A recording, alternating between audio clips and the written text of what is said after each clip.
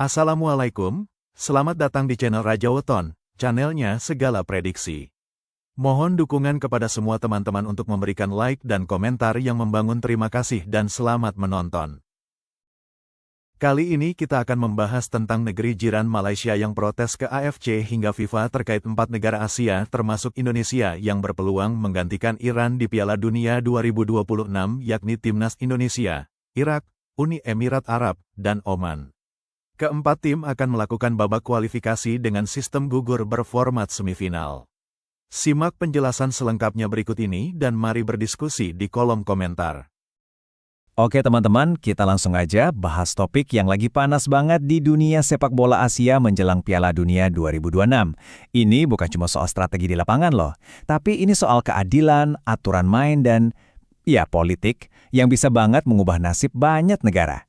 Yuk kita bedah bareng-barang kontroversi ini.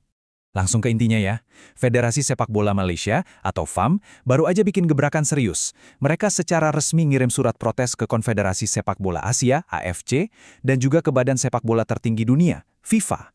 Jadi ini bukan gosip lagi, ini tindakan nyata yang bikin heboh satu kawasan. Nah, kita mulai dari sini dulu. Titik nyalanya, protes resmi dari Malaysia inilah yang jadi pemicu semua obrolan panas ini. Sebuah langkah yang cukup berani yang menyoroti adanya potensi masalah besar dalam perebutan tiket ke panggung sepak bola paling bergengsi di dunia. Terus pertanyaannya, emangnya mereka protes soal apa sih? Apa yang sebegitu gawatnya sampai sebuah federasi nasional ngerasa perlu buat bersuara langsung ke FIFA? Jawabannya ada di sebuah skenario yang jujur aja agak di luar nalar. Ini dia nih, biang keroknya.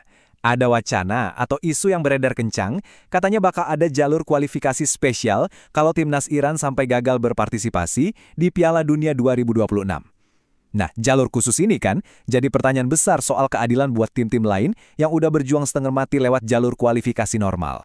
Oke, biar kita semua paham akarnya, coba kita mundur sedikit. Kenapa sih Iran, yang notabene salah satu raksasa sepak bola Asia, posisinya jadi nggak pasti begini? Ternyata, semua ini sumbernya dari situasi yang rumit di luar lapangan hijau. Coba kita lihat poin-poin ini. Ada ketegangan geopolitik yang lagi naik daun, yang bikin partisipasi Iran tuh jadi abu-abu. Ada kemungkinan mereka mundur, atau bahkan bisa jadi didiskualifikasi.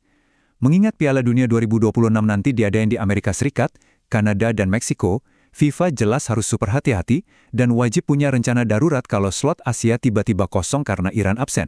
Oke, sekarang kita masuk ke detail rencananya. Bagian yang bikin semua orang panas dingin.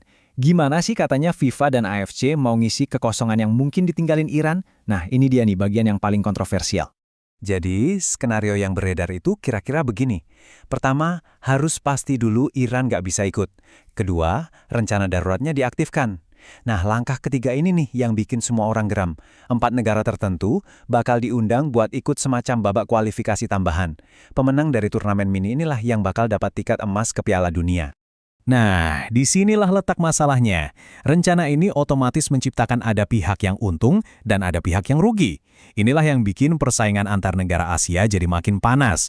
Terus, siapa aja nih yang kira-kira berpotensi dapat undangan istimewa ini? Dan coba tebak siapa yang namanya santer disebut-sebut dalam wacana ini?